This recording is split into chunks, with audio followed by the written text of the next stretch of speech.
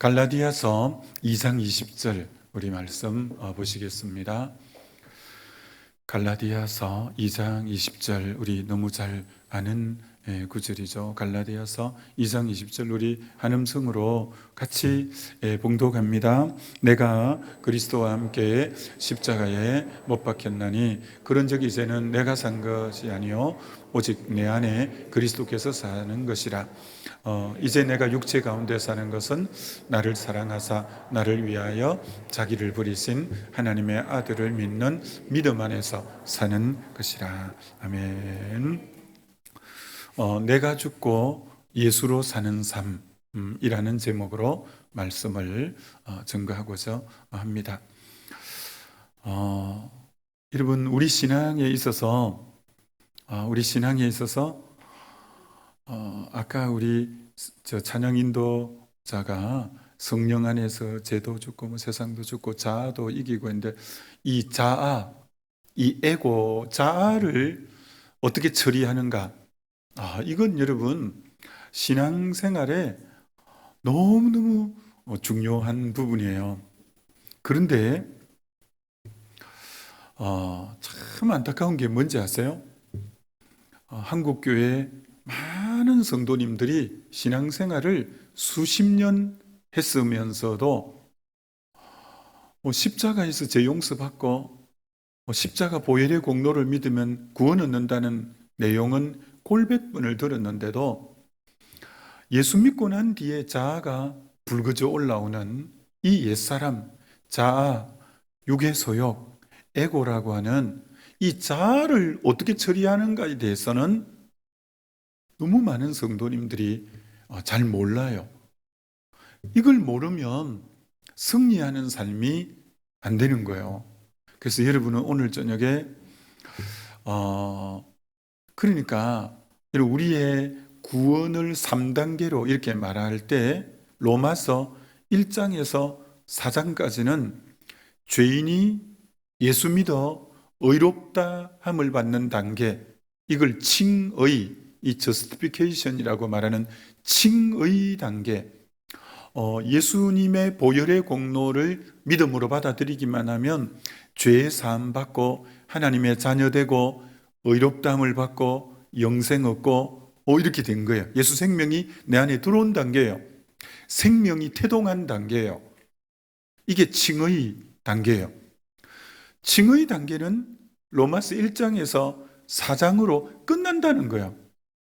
5장 1절이 그런즉 믿음으로 말미암아 의롭다함을 얻었은즉, 아예 5장 1절이 로마서 1장에서 4장까지를 딱 한마디로 요약하잖아요. 그런즉 믿음으로 말미암아 의롭다함을 얻었은즉, 그렇죠. 1장에서 4장까지가 죄인이 예수 믿어 의롭다함을 받는 단계가 1장에서 4장까지예요. 이제 이때부터 어떤 의미로 로마서 8장까지 또 넓게는 로마서 16장까지 그 단계를 어떤 단계라고 하느냐 하면 성화, 칭의 다음에 성화, 이 sanctification이라고 말하는 성화 단계. 칭의는 예수 믿어 제사함 받고 하나님 자녀 되고 영생 얻고 주님의 자녀로 인침을 받은 단계예요.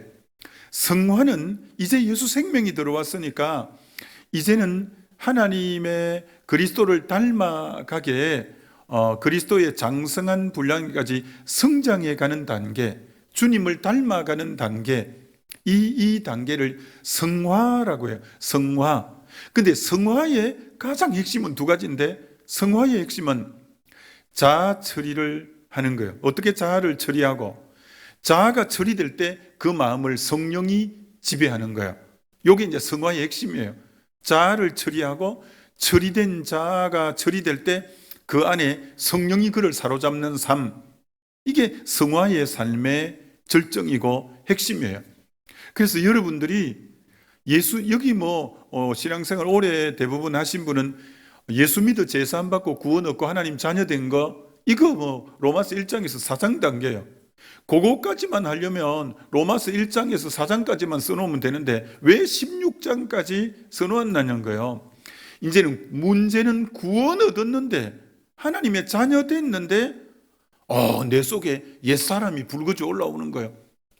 내가 분명히 제사함 받고 나 하나님 자녀 된 거 분명한데 이게 스물스물스물하게 옛사람이 올라오는 거예요. 육의 소욕이 올라오는 거예요. 그래 육의 소욕이 이렇게 올라와 가지고 갈라디아서 6장 이제 17, 18 이쪽에 보면 육의 소욕과 성령의 소욕이 서로 대적이 되니 이는 저를 못하게 하고 저는 이를 못하게 하고 이 둘은 서로 원수가 나니 육의 소욕은 하나님을 기쁘시게 못하나니. 이 육의 소욕이, 내가 이미 성령 받아 성령의 소욕이 있는데 육의 소욕도 같이 있는 거야. 그러니까 내 안에 예수를 진짜 믿으면 진짜 갈등이 일어나요. 예수 안 믿을 때는 한 마음밖에 없죠. 무슨 마음? 에베소서 2장 1절로 4절. 허물과 죄로 죽었던 너희를 그리스도께서 살리셨도다. 그때는 우리 허물과 죄로 영이 죽었던 상태. 그때는 너희가 이 세상 풍속을 쫓고 공중근세 잡은 자를 따랐으니 곧 지금 불순종하는 아들들 가운데 역사하는 영이라. 너희가 그때는 육체의 욕심과 육체의 원하는 대로 행하여, 그때는 세상 풍속을 쫓았고 영이 허물과 죄로 죽었고 세상 풍속을 쫓았고 공중근세 잡은 자 마귀를 쫓았고 육체의 욕심과 육이 원하는 대로 산, 그때는 육의 소욕밖에 없었어요. 예수 믿기 전에 육의 소욕, 육이 원하는 대로만 살았어요. 그럼 이렇게 살면 끝이 본질상 진노의 자녀들이, 그럼 끝은 이제 진노받아서 일곱 진노, 일곱 인, 일곱 대접의 진노를 받아 결국은 불못에 던져지고 결국은 이제 영불에 처해지는 존재인데, 그래서 예수를 믿기 전에는 육의 소욕, 마음이 한 마음밖에 없었어요. 그만 세상 사랑하고 육적인 걸 사랑하는 그 마음밖에 없는데 예수를 믿으면 육의 소욕은 없어지는 게 아니고 그대로 있고 하나님의 성령이 들어와서 성령의 소욕이 이제 있는 거예요. 그럼 이 둘의 이제 진짜 예수를 믿으면 갈등이 일어나는 거예요. 갈등. 그래서 사도 바울이 로마서 7장에서 오라 나는 공고한 자로다 이 사망의 몸에서 누가 나를 건져내라. 그 왜 그렇게 단식하냐? 예수 믿고 나 구원 얻었고 제사함 받았는데 육의 소욕이 내게 막 올라와서 이 둘이 서로 싸워서 오라 나는 공고한 자로다 이 사망의 몸에서 누가 나를 건져내랴. 이 육의 소욕 어떻게 처리하냐, 이 부분이에요. 여러분 이거 너무너무 중요한 부분이에요. 이 육의 소욕의 부분, 이게 이제 육의 소욕이라고도 하고 자아라고도 하고 옛사람이라고도 하고 에고라고 말하는 이 부분을 어떻게 처리하는가, 이것에 명쾌하게 답을 가지고 있어야 승리의 삶, 그래야 성령의 지배를 어떻게 받는가, 이걸 아는 거예요. 이건 신앙에서 너무너무 중요한데 안타깝게도 믿음 생활 오래 해도 이 자아 처리에 대해서 잘 모르는 분들이 너무너무 많아요. 여러분 앤드루 머레이 목사님이 누군지 제가 말씀드렸잖아요. 그 앤드루 머레이 목사님 책에 보면 이렇게 써놨어. 자아, 이 옛사람 자아는 머리가 청개에 달린 괴물이다, 이렇게 말했어요. 그게 무슨 말일까? 자아가 왜 머리가 청개에 달린 괴물이라고 말하는 이유가 뭘까요? 여러분 이 옛사람 자아가 아담에게 딱 붙을 때는, 아담에게 자아가 발동될 때는 교만해가지고 자기도 하나님처럼 되고 싶은 마음. 그러니까 아담에게는 교만으로 이 자아가 어떤 괴물의 머리가 청개 달리는데 어떤 모습으로 드러나냐면 교만의 모습으로 하나님과 같이 되려는 마음으로 싹 불구져 올라온 거예요. 다윗에게는 이 자아가 남의 아내를 범하고 육의 정욕의 모습으로 자아가 쏙 붉어져 올라온 거예요. 모세에게는 모세가 막 혈기로 지팡이를 갖고 반석을 때리고 막 내가 물을 내려 하면서 막 화를 내면서 이거 모세가 또 성질이 그리 더러운 줄 내 처음 알았네. 그래서 모세가 혈기가 확 나오는 거예요. 모세에게 그런 옛사람 혈기가 확 올라오는, 그게 자아가 어떨 때는 혈기로 나타나는 거야. 아브라함에게는 여보 바로 애굽 사람에게 당신 고만 내 아내라고 하지 말고 누이라고 하자. 누이. 왜? 그런데 당신 너무 이뻐서 당신 빼앗아가고 나 죽일지 모르니까 이제부터 한번 따라해봐. 오빠 해봐. 오빠 막 이래갖고 위기 때 거짓말을 하면서 자기가 이 아브라함이 믿음의 조상임 또 얼마나 그 이중적이고 약간 거짓된 자아가 때로는 막 위기를 벗어나려고 그런 이중적 인격으로 확 또 드러나는 거예요. 참 그 아내가 얼마나 황당하겠어요. 갑자기 오빠 하라고 막 사니까 아이고 이 사람 왜 이래 이거. 하여튼 그러잖아요. 그리고 막 사라가 또 이 자아가 인간적 방법으로 하가를 통해서 아기를 낳자고 육적인 방법. 이 자아가 머리가 왜 청개 달린 괴물이냐. 어떨 때는 교만의 모습, 어떨 때는 정욕의 모습, 어떨 때는 혈기의 모습, 어떨 때는 거짓된 모습. 막 이런 다양한 이 우리 안의 자아가 그때그때 변신을 잘해요. 그래서 이 자아가 살아있으면 별별 모습으로 붉어져 올라오는 거예요. 그래서 이 자아를 여러분이 어떻게 할 거냐라는 거예요. 여러분 죄나 자아나 뭐 어떤 의미로 동격이에요. 여러분 자아라고 할 때 여러분 죄라고 할 때 영어로 죄가 뭐예요? 죄 sin sin이죠. sin이니까 sin이니까 맨 가운데 철자가 I. 우리 목사님은 외대에 나오셔서 영어 잘하는데 내가 조심해야지. 하여튼 그래서 신인데 맨 가운데 I가 딱 있어요. I. 이런 죄의 맨 가운데 죄가 뭐가 죄냐? 자기가 주인 되려고 하고 자기 중심. 죄는 자기 중심성이요. 자아도 자기 중심성. 근데 또 영어 단어의 죄가 뭐냐면 crime, crime, crime이 범죄, 죄라는 뜻이에요. 딱 I가 딱 맨 가운데 있어요. guilt라고 할 때 또 맨 가운데 그 죄라는 뜻인데 I가 있어요. 이런 죄라는 단어는 그 영어 스펠링의 맨 가운데 공교롭게도 I가 딱 있는 거야. 그게 뭘 나타내냐? 죄는 언제나 자기가 중심이에요. 성령 충만함이 그게 아니죠. 내가 죽고 내 중심이 예수님이 내 중심이고 성령이 나를 사로잡는 게 이게 정상적인 신앙생활이거든요. 여러분 조심해야 돼요. 여러분의 신앙 연륜이나 직분이 여러분을 지키는 것 아니에요. 여러분이 자기 중심성이 되면 지금 어긋난 길에 서 있는 거예요.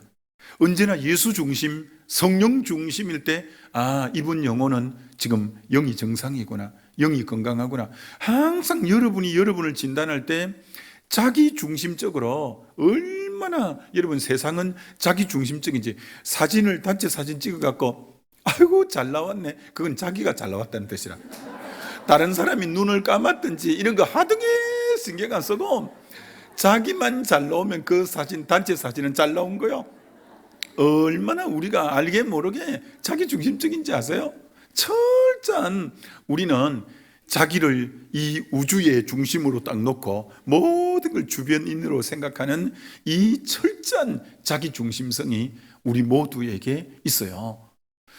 퀴즈 낼 테니까 알아맞혀 봐요. 천사가 날개가 몇 개일까요? 우와, 어떻게 알았지? 천사 날개가 이사야 6장, 요한계시록 4장 보면 천사 날개가 6개라고 하는 거예요. 그럼 6개의 용도가 어디냐면 2개는 얼굴을 가리고, 성경에 나오는 거예요. 또 이상한 목사가 이러면 안 됩니다. 2개는 얼굴을 가리고, 2개는 발을 가리고, 2개는 날아다니는 용도로 쓰는 거예요. 굉장히 중요한 말이죠. 천사일 때는 자기를 가리는 거예요. 자기를 절대 드러내지 않아. 천사일 때는. 천사는 히브리서 1장 14절 하나님의 사역을 돕는 수종자고 하나님의 사역의 심부름꾼이 천사가 존재하는 이유예요. 하나님의 사역의 헬퍼 역할, 돕는 역할, 사역자, 심부름꾼이 천사지. 천사는 절대 자기가 나타나면 안 돼. 그 천사는 딱 얼굴을, 영광스러운 얼굴도 가리고 수치스러운 발도 가리고 2개 갖고 날아다니는 거야. 근데 여러분, 사단 마귀 귀신이 어떻게 된 거예요? 그 근원이 에스겔 28장 이사야 14장 유다서 6절에 보면 천사가 자기 지위를 지키지 않고 내가 뭇별들 위에 높이리라, 내가 하나님과 같아지리라 하면서 지가 천사인데, 자기 정체성이 천사인데 자기는 천사가 되려면 가려야 되는 거예요. 근데 어느 날 날개를 확 제쳐버리고 자기를 드러내고 내가 뭇별들 위에 높아지리라, 내가 하나님과 비기리라.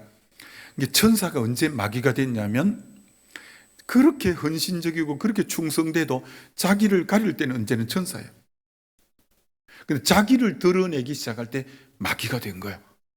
교회도 똑 마찬가지예요. 교회도 그렇게 충성된 장로님, 그렇게 충성된 권사님, 그렇게 충성된 안수 집사님, 정말 저분은 천사 같아. 저 장로님 천사 같아. 저 권사님 천사 같아. 저 집사님 천사 같아. 그럴 때는 언제나 충성은 하는데 자기를 드러내지 않는 거예요. 그럴 때는 천사 같다고 하는 거예요. 근데 우리 소망교회나 대덕교회나 이런 교회는 그렇지 않겠지만 다른 교회 가보면요, 충성하는데 자기를 드러내. 그러면 사람들이 뒤에서 뭐라냐? 아이고, 저 마귀 같은 장로, 아이고, 저 마귀 같은 권사, 아이고, 저 마귀 같은, 때는 목사도 있어요. 마귀 같은 하여튼 또 누구. 여러분, 교회에서 신앙생활에는 자기를 드러내기 시작하는 순간 그건 매네 대길 우발하신 하나님의 저울에 달려 가벼운 사람이에요. 오직 교회의 머리는 그리스도고 성령을 보내신 이유도 예수 내 증인이 되리라. 예수 증인이 되고 성령님도 자기를 안 나타내요. 예수만 나타내는 거예요. 예수만. 우리가 성령 충만하면 누구만 나타내면 되냐? 그는 흥하여지고 나는 새하여지는 예수만 드러내는 거예요. 교회에서 제일 꼴사납고 교회의 시험거리가 되고 교회를 어지럽게 하는 사람이 누구냐? 자기를 드러내는 사람이에요. 우리 주님이 얼마나 사랑이 많아요. 자기 아들까지 우리에게 주실 정도로. 그래서 우리나라 성이 얼마나 많아요. 박가, 김가, 이제 유가, 양가, 이가, 조가 다 있는데 그 중에 하나님이 딱 한 성은 싫어요. 내가. 하나님, 내가는 아주 싫어요. 내가 말이야. 하나님은 자기가 살아나는 것은 그건 신앙생활의 치명적인 거예요. 자기가 중심 되려고 하고 자기를 드러내려고 하는 것은 이 신앙생활에서 가장 치명적인 부분이라 이렇게 말할 수 있죠. 여러분, 사도 바울이 다메섹 도상에서 주님을 인격적으로 만나고 주여 니시 오니까 나는 네가 핍박하는 예수라 그러면서 주님을 만나요. 그래서 아나니아가 기도해 주므로 눈에 비늘이 벗겨지고 성령 충만했다라고 해요. 그럼 성령 충만해서 바로 밖에 나가서 복음 전했어요. 근데 그러면 다 된 겁니까? 사도 바울이? 아니요. 그가 13권의 서신을 쓰는데 얼마나 자아를 많이 다루는지 고린전서 9장 27절, 내가 나를 쳐서 복종하는 것은 내가 남에게 전파한 후에 내가 도리어 버림이 될까 한다. 바울은 그렇게 성령 충만받고 그렇게 1차 전도여행, 2차 전도여행, 3차 전도여행, 로마 여행을 통해서 가는 곳마다 표적과 이적이고 가는 곳마다 영혼 구원이고 가는 곳마다 교회를 세우고 엄청난 주의 일을 했지만 내가 남에게 전파한 후에 도리어 내가 버림이 될까 해서 나는 나를 쳐서 복종, 철저하게 자아를 쳐서 복종시키는 거예요.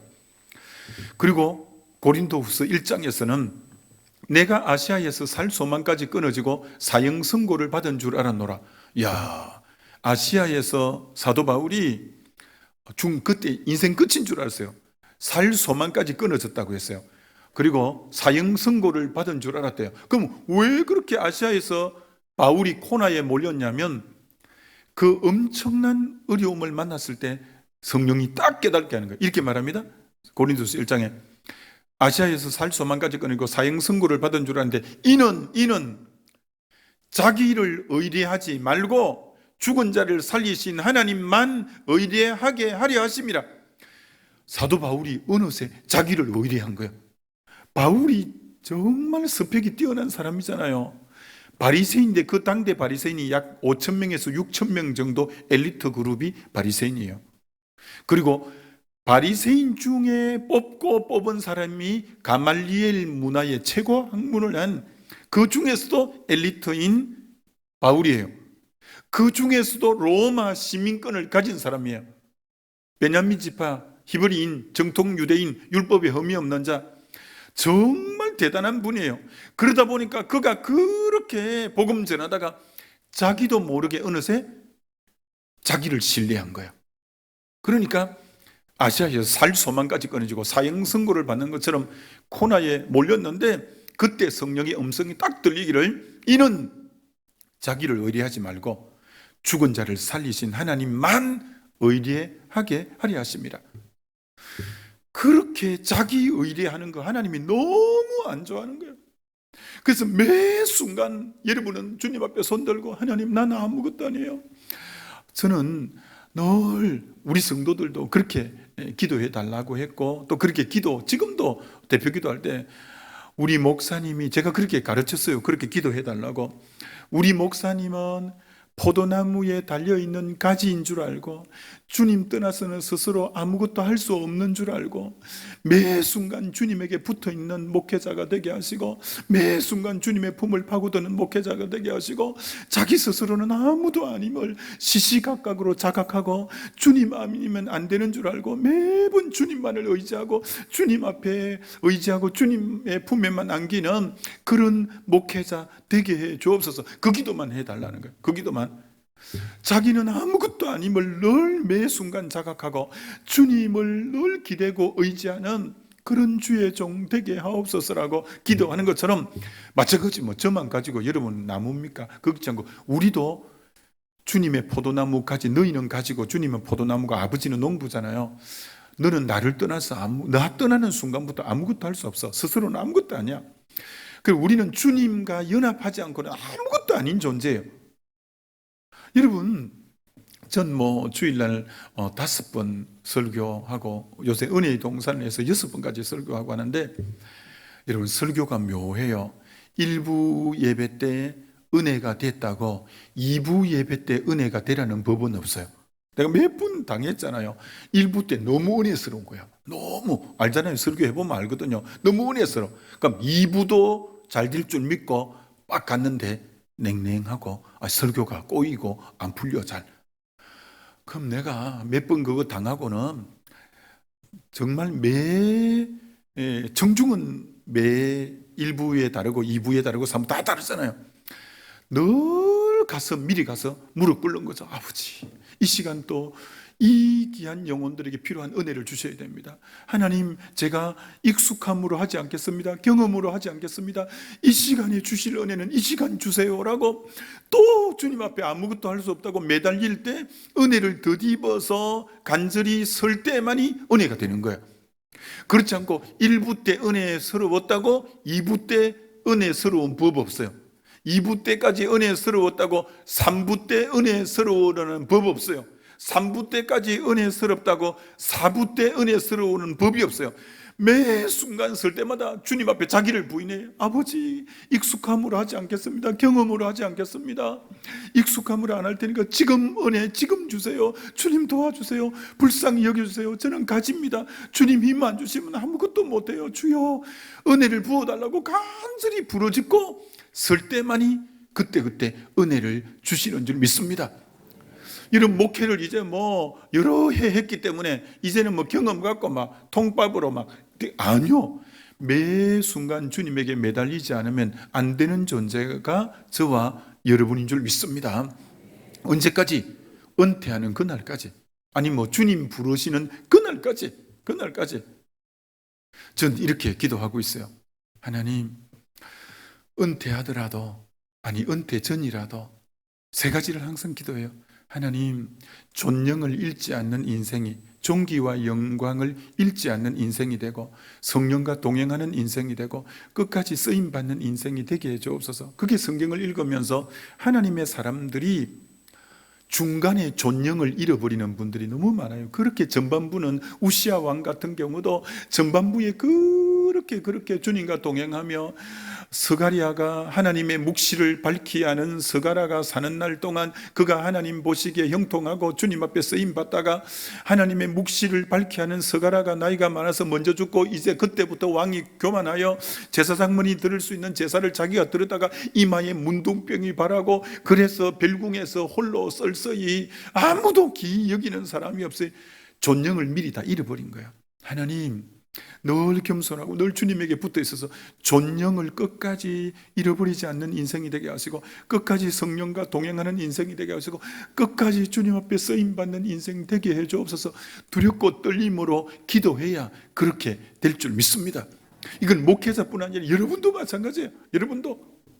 그래서 우리는 매 순간 주님 앞에 자기를 내려놓고 주님 나 불쌍히 여겨주세요, 주님 이 시간에 힘주세요 라고 매달리지 않으면 안 되는 존재가 저와 여러분인 줄 믿습니다. 우리는 매번 두렵고 떨림으로 그분 앞에 서야 돼요.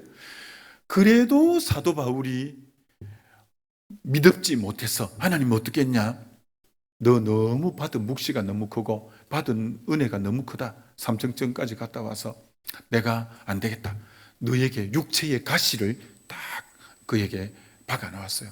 육체의 가시는 학자들이, 어떤 학자들은 안질이다, 눈의 안질, 그리고 어떤 학자들은 간질이다 이렇게 이제 말해요.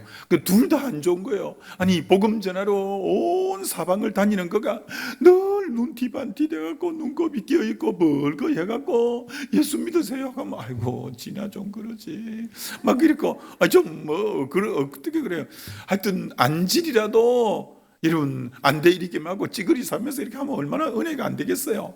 그리고 또 간질은 더 안 좋죠. 한참 전하더니 막 잠깐 하더니 또 자빠져갖고 또 그분 무거우면 얼마나 피차가 참 민망하겠어요. 그래서 갈라디아 교회 보고 너희를 시험하는 것이 내 몸에 있다고 할 정도로 참 바울의 이 약한 것을 볼 때 너희에게 시험이 될 만한 게 내 몸에 있다고 말할 정도로 하나님은 아무리 간구해도 바울이 죽는 날까지 가시는 안 빼주었어.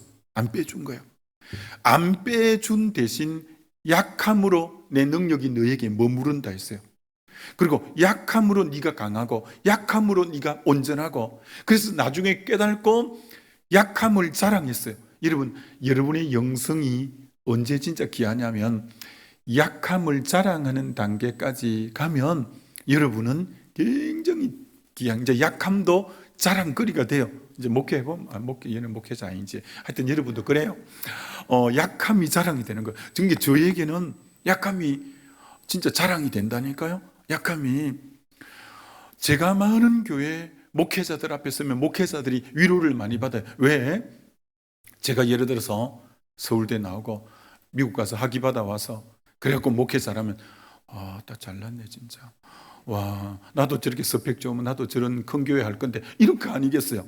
근데 막 지방대 막 얼마나 후진지 말하면 또 기절할까 싶어서 우리 때는 사실 지방마다 국립이 하나씩 있었잖아요. 우리 때는. 그럼 뭐 그 국립 그만 우리 동네에 국립 나온 거예요. 그렇게 다니고 그리고 또 야간 신학교 막 얼마나 진짜 명문 야간 신학교를 나왔지. 왜 명문 야간 신학교인지 아세요? 우리 교회에 지금 서울 신대원생들 뭐 여러 스펙 좋은 부교육자들이 쫙 있잖아요. 근데 이것들이 개척할 마음이 하나도 없어. 나는 명문 야간 신학을 나와서 우리 동기들은 전부 개척했거든. 야, 역시 내가 명문 대학을 나왔구나. 이 농담이 아니야.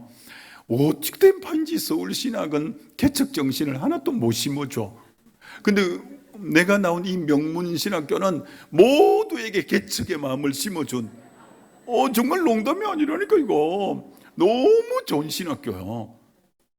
그렇게 막 주님만 의지하고 막 할렐루야 하고 맨땅에 헤딩 팍팍 하고 막 이런 학교거든요. 근데 저 우리 교단의 중심 신학교인 그 서울신학이나 신대원에 나온 친구는 절대 개척 안 한대. 딱 큰 교회 부교육자를 붙어 있어서 그 다음 교회 나는 데 없냐 1억 써냈고 막 해갖고 아유, 하여튼 그래요. 그래서 나는 어디 가도 약함을 자랑하는 거야. 내가 야간 신학교 2학년을 나왔습니다. 이걸 뭐 부끄럼 없이. 왜? 하나님이 그래서 뭐 들었으니까 내 가정 이 스펙이 이렇습니다. 하나님 들었으니까. 그래서 약함이 어느새 자랑이 된 거예요. 약함이.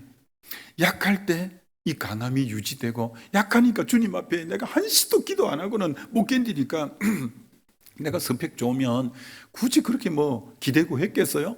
그러니까 이 약함 때문에 계속 무릎 꿇게 만들고 계속 의지하게 만들고, 그러니까 하나님의 능력은 계속 부어져서 뭐 하나님이 정말 앞으로가 기대돼요. 앞으로가 지금까지도 정말 꿈결 같은, 어떻게 내 인생이 우의 일이 됐노 이거 진짜. 우와, 어떻게 내 인생이 예수 믿고 수직상승한 인생이 됐거든요. 와, 어떻게 우의 일이 돼버렸노 이거. 근데 앞으로 더 기대가 되는 거. 남은 10년은 기대하시라. 진짜 개봉박두예요. 어떻게 하나님이 미래를 열어갈지에 대한 너무 설레임이 있는 거예요. 무슨 말이냐 여러분, 바울에게 자아가 발동을 못하도록 가시를 심어줄 정도로 약함, 여러분 자아에 대해서 끊임없이 자기를 부인해, 매 순간 부인해야 돼요. 매 순간. 나는 날마다 죽노라가 고린도전서 15장 31절이에요 근데 헬라어 시제가 현재는 계속 진행형적 의미를 갖고 있어요. 또 죽고 내일은 또 날마다 또 죽고, 날마다가 날마다 오니까 계속 죽는 거예요. 계속 죽을 때, 내가 날마다 죽을 때 성령이 나를 사로잡게 되고 이렇게 되는 거예요. 그래서 바울이 그렇게 끝까지, 바울은 승리하고 끝까지 아름답게 해서 로마에서 순교했는데, 그가 끝이 좋았던 이유는 육체의 가시가 있었기 때문에 한순간도 자기를 드러낼 교만이 없었던 거예요. 그게 하나님이 계속 역사한 거예요. 하나님이 계속 역사한 거예요. 그러니까 약함은 참 얼마나, 그래서 제가 언젠가 설교했잖아요. 야, 난 진짜 복 받은 사람이다. 왜? 천혜의 예수 잘 믿을 확실한 조건을 타고난 사람이다. 왜? 태어나서부터 어디 하나 의지할 데 없이, 기댈 데 없는 그런 가정 배경 속에 또 이렇게 쭉 오면서도 그렇고, 야, 난 주님 아니고는 백그라운드가 없이, 주님 아니고는 의지할 데 없이, 도리어 약함이 주님을 더, 하여튼 이제 중요한 것은 여러분, 자아를 계속 매 순간 부인할 때, 부인할수록 성령은 여러분을 사로잡고 여러분을 통해서 역사하시는 영이 성령인 줄 믿습니다. 자아가 철저하게 죽어져야 돼요. 여러분, 중국의 영적 거장은 워치만 니예요. 워치만 니가 쓴 책이 12바구니도 많고 얼마나 명저가 많아요. 그 중에 제일 명저는 자아가 깨어질 때라는 책이요. 워치만 니가 쓴 자아가 깨어질 때가 뭐 얼마나 많이 팔린 책이에요. 워치만 니가 그 중국의 예수를 일찍 믿고 변화된 사람이에요. 근데 늘 이 자아 처리가 안 되는 거예요. 옛사람이 붉어져 올라오면 또 막 안 좋은 생각들이. 여러분, 자아가 갈라디아서 5장 19절에 어떤 모습으로 붉어져 오죠? 육체의 소욕은 현저하니 곧 음행과 더러움과 호생과. 육의 소욕이 붉어져 올라올 때 맨 먼저 올라오는 것이 음행과 더러움과 호색이에요. 이건 마지막 날 저녁에 자세히 이제 할 건데, 하여튼 여러분이 아무리 거듭나고 지난날 역사가 일어나도 자아를 처리하지 않고 육의 소욕이 붉어져 올라오면 마음에 음행과 더러움과 호색의 마음이 여러분 사로잡아요. 점잖하게 딱 앉아있어도 말 안 해도 알아요. 그 육의 소욕이 탁 올라오는 거예요. 육의 소욕들이. 그러니까 여러분, 이 자아를 정말 철저하게 워츠만 니가 그 인생이 언제 새로운 전환점이 되느냐 하면, 그분 책을 읽으면 그분이 1층에는 음식점이고 2층이 워츠만 니 집인데, 1층은 하여튼 음식점을 하고 2층이 워츠만 니 집이었어요. 근데 어느 날 갈라디아서 2장 20절을 읽는데, 내가 그리스도와 함께 십자가에 못 박혔나니 완료형인 거라. 난 십자가에 못 박힐 때 나의 옛사람도 이미 못 박혔구나. 그게 성령의 조명 안에서 이 복음이 내 거다라는 것이 확 깨달아져 버린 거예요. 이분이 그때 완전히 영적인 흔히 세컨드 블레싱 점프를 하게 된 거예요. 완전히 그분의 사역에 완전히 날개를 단 거예요. 아, 예수님이 십자가에 못 박힐 때 내 옛사람도 이미 못 박혔구나. 난 이미 내 옛사람이 예수님과 죽었구나. 내 안에 이제 사는 이가 그리스도구나. 이게 성령의 빛 가운데 확 깨달아진 거야. 이분이 얼마나 충격적으로 깨달았냐면 2층에 베란다에 나와서 이걸 깨닫고는 밑에 1층에 일하는 아줌마를 보고 아줌마 불성 게 아줌마가 막 불난 줄 알고 막 빨리 1층 바깥에 뛰어나와서 2층을 보니까 거기 주인 아들 워치만니가 있는 거야. 아줌마 워치만니가 죽었어요 하니까 죽었다고? 지금 서갖고 자기가 죽었다고 하니까 이거 이상한 거야. 그때부터 워치만니를 통해서 엄청난 역사가 일어나요. 중국 땅에 그를 통해서 얼마나 많은 표적과 역사와 무심령들이 돌아와요. 왜? 이 자의 부분에 눈 열림이 온 거야. 난 이미 죽었구나. 이거 깨닫고부터. 여러분, 이 자아 처리에 대한 눈 열림이 필요해요. 저의 목회에서 이 부분에 대한 눈이 열리면서 사실 날개를 저도 역시 달게 된 거예요. 자, 우리 교회가 이제 임직식을 하면 100명씩 정도 하잖아요. 항상 지난해에도 100 하여튼 60 얼마인가 그렇게 했고, 이제 그렇게 이제 임직식을 하면 항상 하는데, 임직식을 할 때 하나를 선물을 해요. 무슨 선물을 하냐? 나무 십자가를 선물해요. 임직식 할 때 나무 십자가 하나만 딱 선물해요. 나무 십자가 길이가 요 정도 되고 폭이 요 정도 되는 나무 십자가예요. 거기다가 뭘 쓰냐?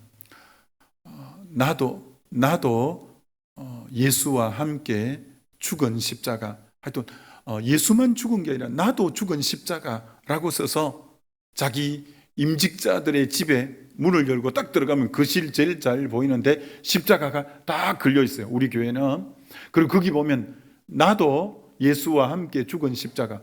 여러분, 아까 1장부터 로마서 1장부터 4장까지는 칭의라고 말했고 5장부터 이제 8장까지는 성화라고 말했는데, 칭의와 성화의 차이점이 뭐냐? 칭의는 예수님이 내 죄를 위해서 돌아가신 그 십자가 완전한 대속을 믿음으로 받아들이기만 하면 제사함 받고 구원 얻고 하나님의 자녀 되고 되는 거예요.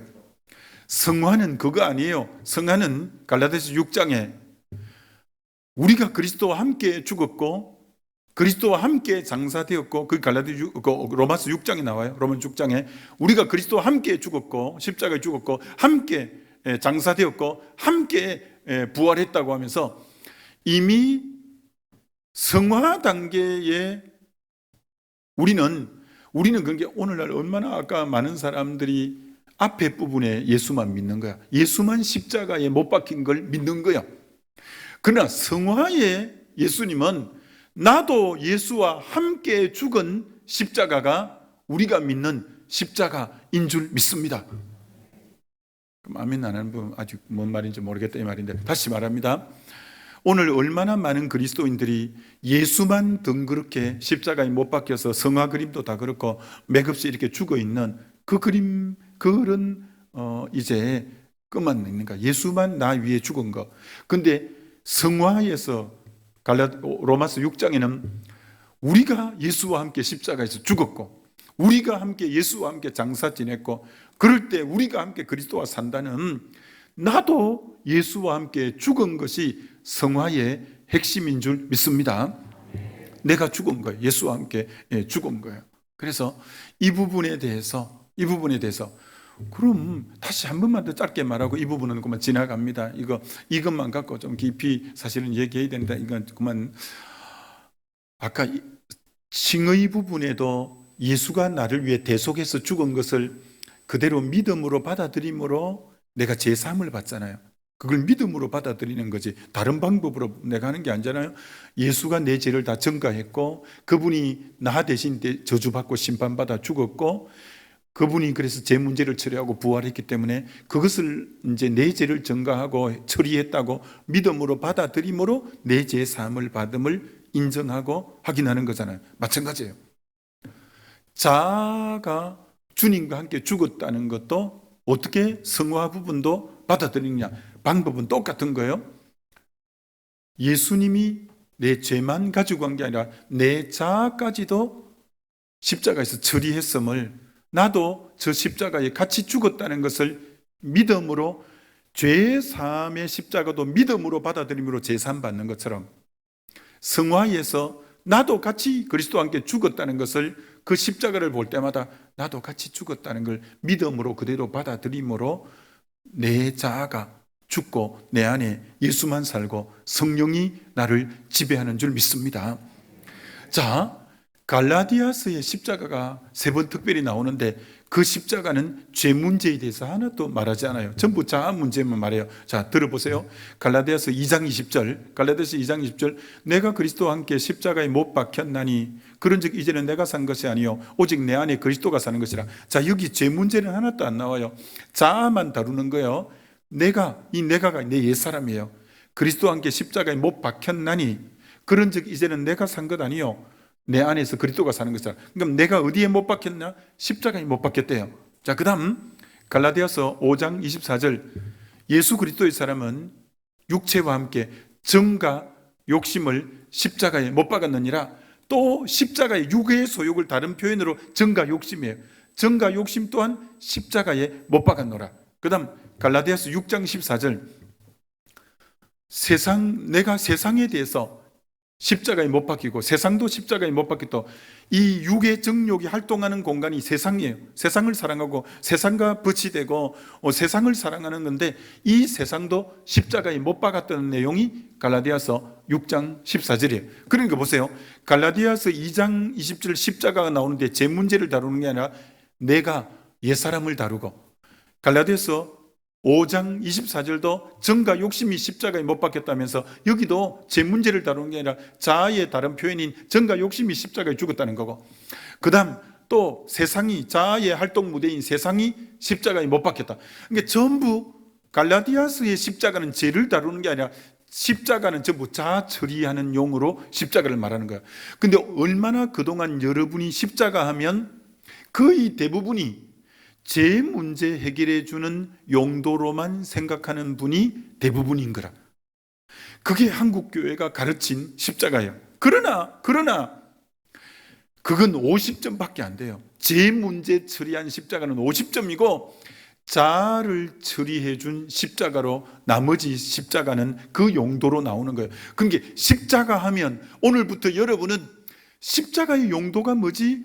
내 죄를 대신 지고 가서 제 문제를 처리한 십자가.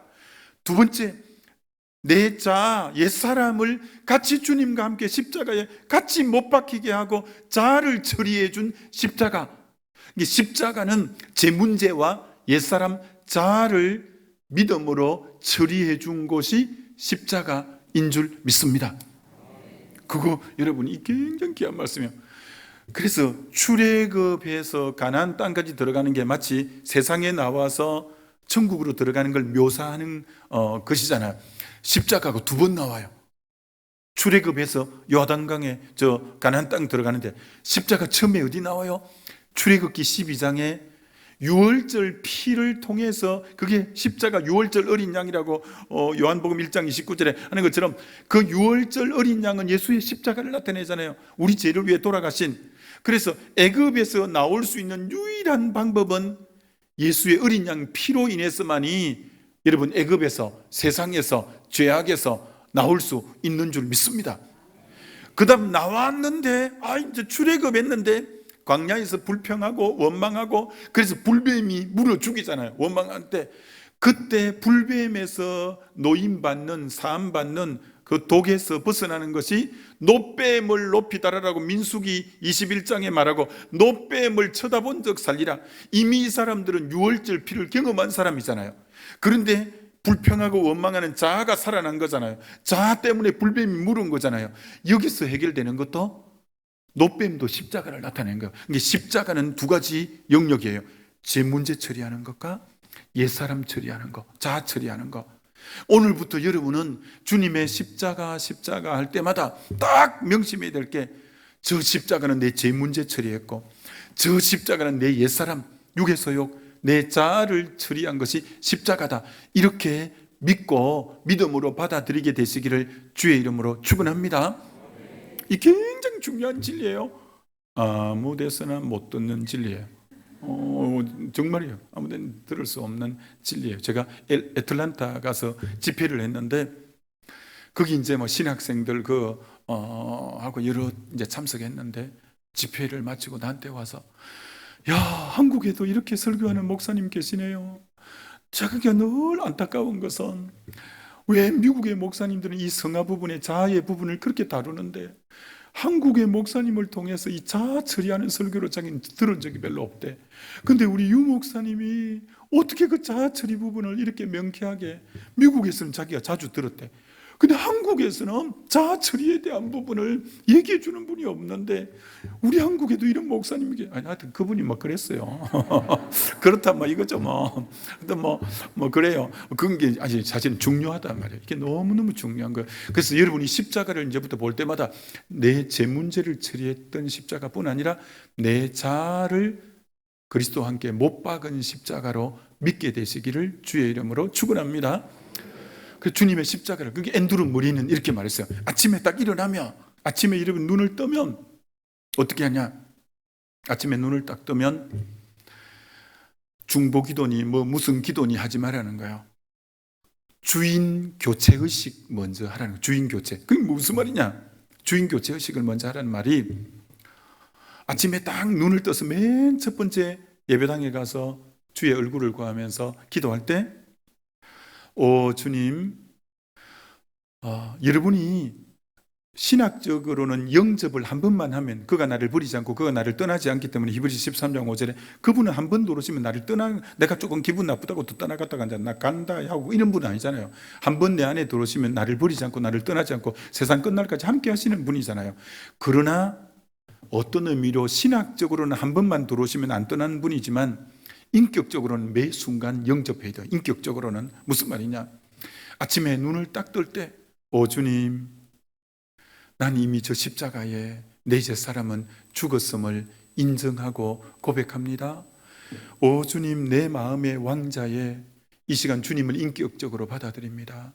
오늘도 나의 주인 되어 주옵소서. 오늘도 나의 머리 되어 주시고 나를 다스리시고 나를 통치하시고 나를 주관해 주옵소서라고 그분에게 내 주인의 자리를 맨 먼저 양도해 드리고 내어 드리는, 이것이 여러분이 아침에 눈을 뜰 때 내가 죽었음을 인정해 드리고 내 안에 주인은 그리스도임을 인정해 드리는 그 주인 교체 의식부터 하루의 출발은 시작된다는 거예요. 자, 그럼 내가 죽었음을 인정하고 주님의 주 되심을 인정하고 그 다음 내가 아침에 가르쳤던 기도처럼 이제는 바로 기도에 들어가지 말고, 우리는 마땅히 빌바를 알지 못하는 자니까 그때 내 안에 계신 주님, 나와 그동안 함께 하신 주님을 송축하는 거예요. 그 이름을 여러분이 온 마음으로 높여드릴 때 주님의 주 되심이, 너가 내 안에 거하면 내 말이 너희 안에 거하고라고 요한복음 15장 7절에 말해요.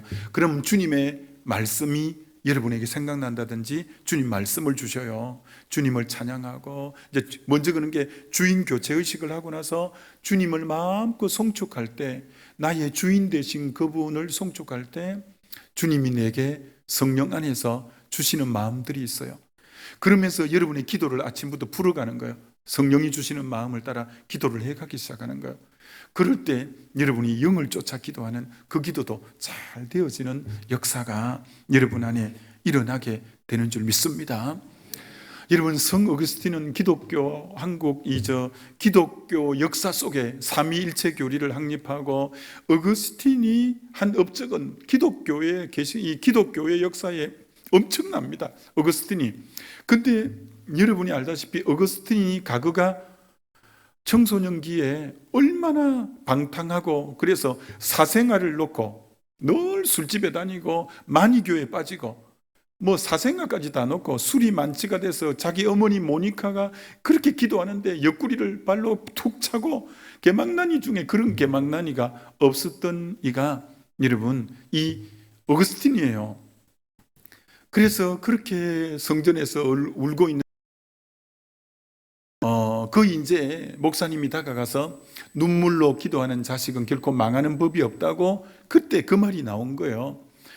그래서 이 어거스틴이 어머니 기도로 지금 정확하게 기억이 안 나는데 16년째 기도하고인가 돌아왔고요.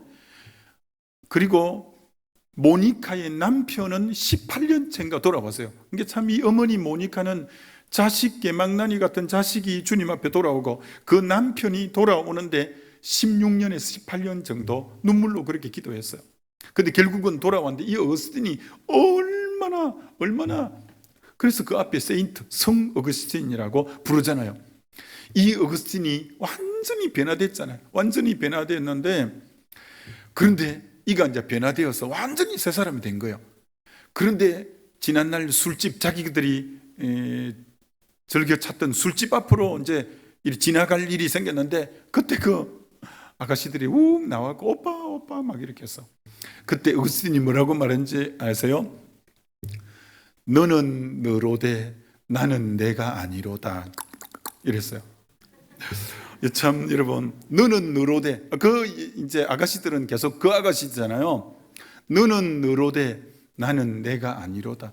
완전히 이제 옛사람이 죽고 새 사람이 됐단 말이에요. 너는 너로되 나는 내가 아니로다. 완전히 새 사람으로 변화됐어요. 자, 지금까지가 서론 되겠습니다. 서론. 이제 본론 네 가지를 짧게. 자, 그럼 이렇게 자아가 죽은 사람은 이 네 가지를 추구하는데 가능한 9시까지 딱 맞춰보도록 애를 써 볼 테니까. 자, 그럼 이제 실천사항이에요. 그러면 자아가 자아는 매 순간 죽는 거예요. 매 순간. 이거는 어제 죽었다고, 여러분, 어제 죽었다고 오늘 되는 거 아니에요. 매 순간, 주님, 나는 아니라고 늘 고백해야 돼요. 자, 근데 자아가 죽은 사람의 가장 첫 번째 특징. 자, 여러분이 자기가 얼마나 죽었는가 요 네 가지 갖고 점검하면 정확하게 알아요. 첫 번째, 자기를 바라보지 않고 주님을 바라본다. 믿음의 주요 온전케 하시는 이 예수를 바라보라고 한 것처럼 자아가 죽은 사람은 자기를 바라보지 않아요. 주를 바라보는 거예요. 이건 너무 중요한 거예요. 원래 하나님이 인간을 만들 때 하나님의 형상으로 만들고 타락하기 전에 위의 것을 찾도록 원래 만들어 놓은 거잖아요. 그런데 그래서 인간이라는 말이 헬라어로 안드로포스라는 말이에요. 인간이라는 말이 안드로포스의 뜻이 위를 바라보는 자라는 말이에요. 헬라어의 인간 안드로포스라는 말 자체의 의미가 위를 바라보는 자예요. 우리 인간은 위에 하나님을 바라보게끔 그래서 하나님의 형상으로 만들어 놓았어요. 근데 언제부터 하나님을 안 바라보고 자기를 주목했냐면 아담이 죄를 짓자마자 죄 짓기 전에도 자기가 벌거벗었잖아요. 근데 죄를 짓자마자 눈이 밝아져 버린 거예요. 그리고 자기 벌거벗은 부분을 본 거예요. 시선이 어디로 내려왔냐? 죄를 짓자마자 하나님에게 주목했던 시선이 자기를 바라본 거예요. 여러분, 죄인의 특징은 자기를 계속 주목해요. 여러분, 신앙생활은 절대 자기를 바라보는 게 아니라 주님을 바라보는 것인 줄 믿습니다.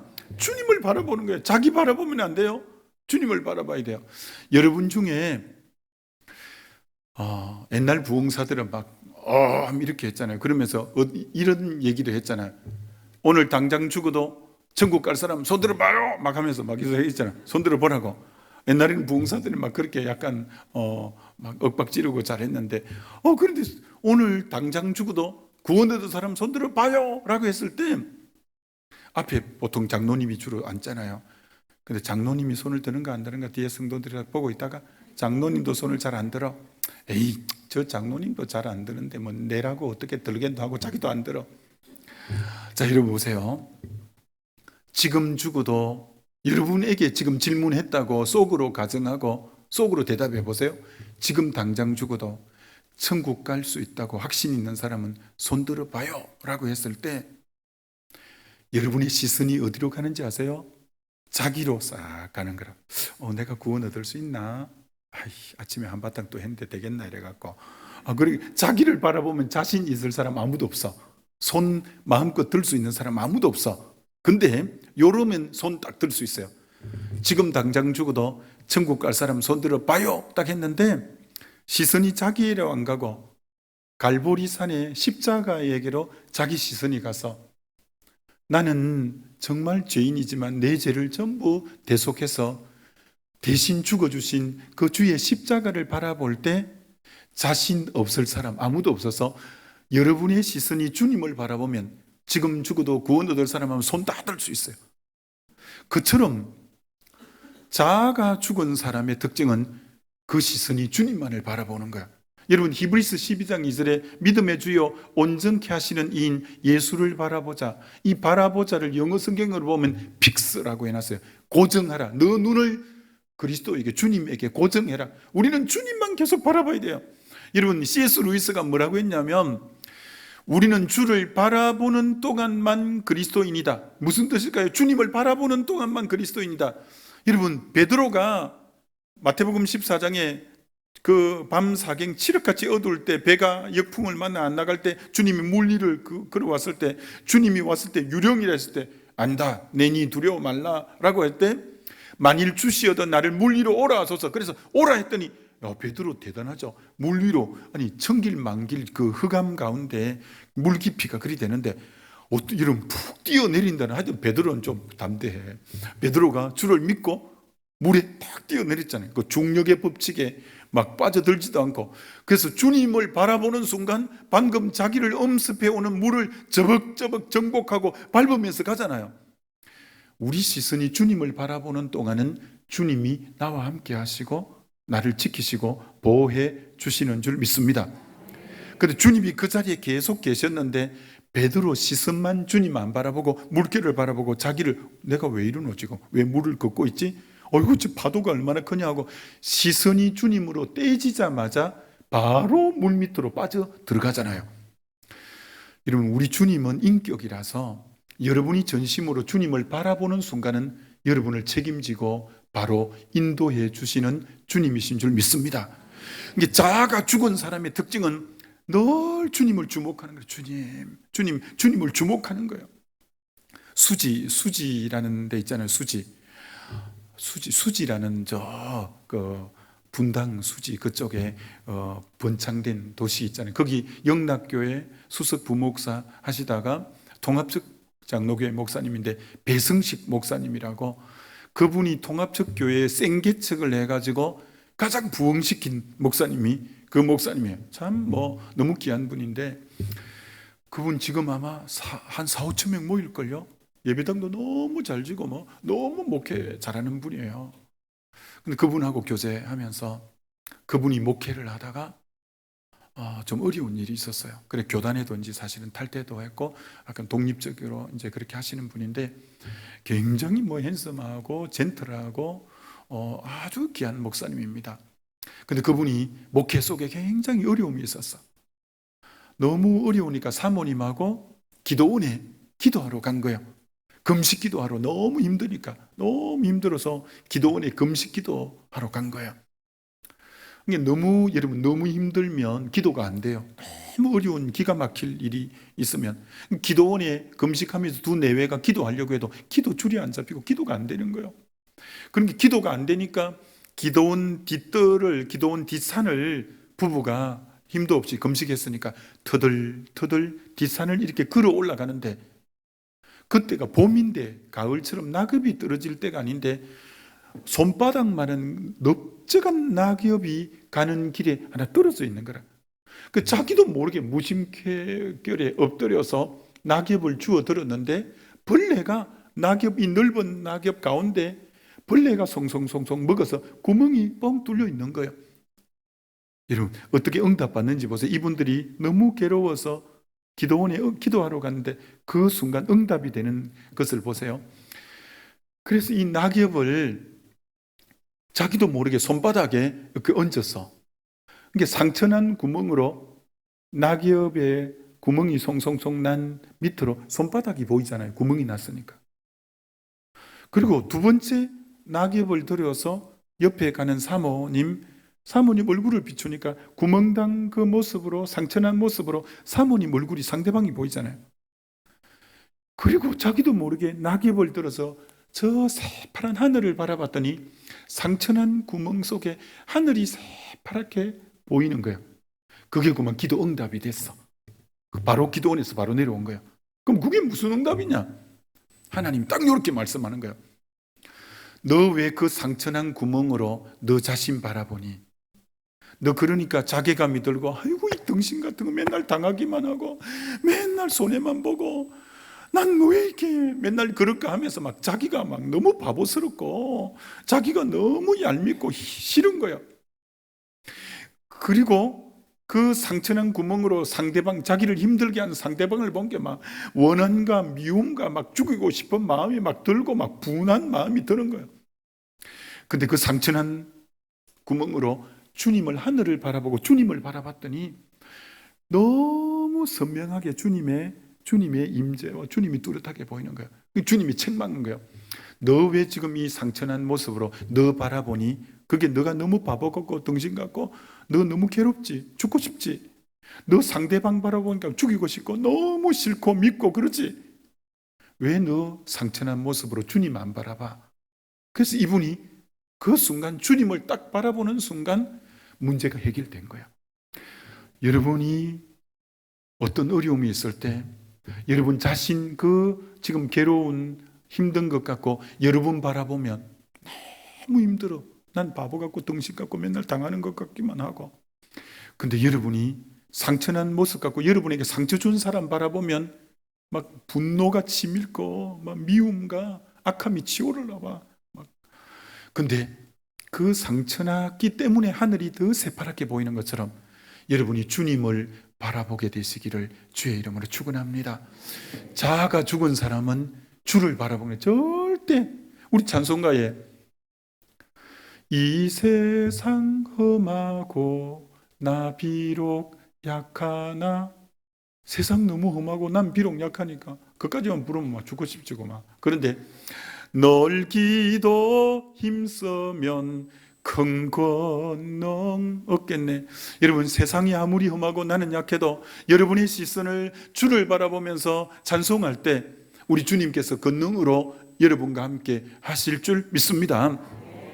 여러분, 우리 교회 성도님들이 여름방학이 되어서 구역 예배를 한 달간 쉴 때는 편히 쉬게 안 두고 필독스를 꼭 정해서 독후감을 써내게 하는, 그래서 한 해는 어떤 책을 줬냐면 생명의 말씀사에서 나온 플랭크 루박의 편지, 플랭크 루박의 일기, 그 두 권을 이제 준 거예요. 여러분도 적어놓고 꼭 한번 사봐요.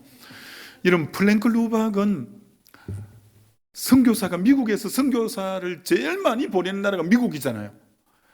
미국에 그 수만 명의 선교사를 보낸 분 중에 유일하게 미국의 우표의 인물로 나온 분은 플랭크 루박 선교사님밖에 없어요. 그 정도로 대단한 선교사님이 플랭크 루박 선교사님이에요. 플랭크 루박 선교사님은 1945년도, 지금 그 기억은 잘 안 나네. 하여튼 그래서 이분이 필리핀의 무슬림들, 이슬람교 알라를 믿는 그들의 섬에 갔는데 몇 년이 지나도, 15년인가 지나도 열매가 하나도 없고 해심자가 없는 거예요. 나 이렇게 선교해갖고 안 되겠다. 나 이렇게 선교만 실패한 것 같다. 돌아가야 되겠다. 왜? 아무도 해심 안 하니까. 근데 좀 기도나 하고 그래도 그만두려고 하나님께 기도했더니 하나님의 책망이, 넌 선교사라고 와갖고 왜 나를 안 바라보냐? 나를. 그때 하나님의 책망을 듣고 그때부터 이 플랭크 루박이 하나님을 온 의지적으로 하나님 바라봤어요. 그래서 그걸 일기로 써놓은 책이요. 근데 이렇게 써놨어. 하루에 전인격적으로 하나님을 바라봤더니 하루에 6번 주님을 바라보게 되더래. 그리고 이렇게 말해. 하나님 바라보기가 물결을 거슬려 노를 저어 올라가는 것처럼 힘들었다. 얼마나 세상 바라보고 다른 거 바라보는 데는 익숙한데 전인격으로 하나님을 바라보는 게 선교사인데도 너무 길이 안 들어져 갖고 하루에 겨우 6번 바라보는데 마치 물결을 거슬려서 올라가는 것처럼 하나님을 전심으로 바라보기가 그렇게 힘들더라는 거야. 근데 그 다음 날에 몇 번 더 바라보고 그 다음 날에 몇 번 더 바라보고, 그래서 6개월이 될 때 이제는 모든 것을 뜻을 할 때 하나님을 바라보는 게 운전하면서도 앞에 운전하면서도 주님 하면서 자기 영이 주님에게 대화하는 거예요. 주님. 상대가 전화가 올 때 전화 받으면서 네 그래요 하면서 주님 어떻게 대답하죠? 주님과 교제가 되는 거예요. 해보면 알지만 주님 하면서 그리고 누구하고 상담할 때도 그분하고 앞을 보면서 대화하는데 주님 어떻게 하죠? 6개월이 지난 뒤부터는 누구하고 대화를 하고 상담을 하고 뭘 할 때도 주님을 바라봐지는 거예요. 그렇게 어떻게 됐냐? 그 무슬림의 그 완악한 섬이 복음화가 다 되고 그리고 몇 개의 국어로 성경을 번역하고 문명 대치 사역을 하고 그래서 후대의 블랭글 루박은 야 이건 한 사람이 한 일이 아니야. 어떻게 한 사람이 이런 초능력적인 이런 일을 할 수 있어? 성령이 함께하니까 그런 일을 해낸 거예요. 여러분 주님을 바라보는 것이 자기를 바라보지 않고 환경을 바라보지 않고 주님 바라보는 것이 자아가 죽은 사람의 참된 모습인 줄 믿습니다. 두 번째, 자아가 죽은 사람은 자기 뜻, 자기 주장, 자기 고집대로 하지 않고 주님 뜻대로 하는 것이 자아가 죽은 사람의 모습이에요. 여러분 우리 예수님도 내 뜻대로 마옵시고 아버지 뜻대로 되기를 원한다고 했는데 자아가 죽은 사람은 절대 내 주장, 내 고집, 내 뜻대로 하지 않고 주님의 뜻대로 해요. 요건 하나만 예를 들고 바로 넘어갈게요. 한 400명 정도 모이는 교회예요. 거기 이제 장로님이 삼성 이사를 지내고 우리 포항에 그분 딸이 병원 의사가 되어서 나한테 조언을 구하러 왔어요. 목사님 제가 선임 장로인데 우리 한 400명 정도 모이는 교회인데 후임자를 목회자분을 구해야 되는데 어떤 분을 구해야 될지 모르겠습니다. 시무 장로가 10명인데 어떤 분을 구해야 될지 모르겠다고 이렇게 온 거예요. 근데 이분이 너무 인격적이더라고. 삼성 이사도 지내고 아주 배운 분이고 딸도 포항에서 의사도 잘하고 하여튼 이런 분이에요. 근데 여러분 이분이 너무 인격이 훌륭하고 그래가지고 후배 장로들이 이분 한마디면 대부분 순종하는 그런 흐름이래요. 근데 그 교회에 400명 정도 모이니까 이력서가 후임자를 구하는데 이력서가 이만큼 나온 거예요. 근데 그걸 다 성별했는데 마지막에 두 분 목사님이 딱 남은 거예요.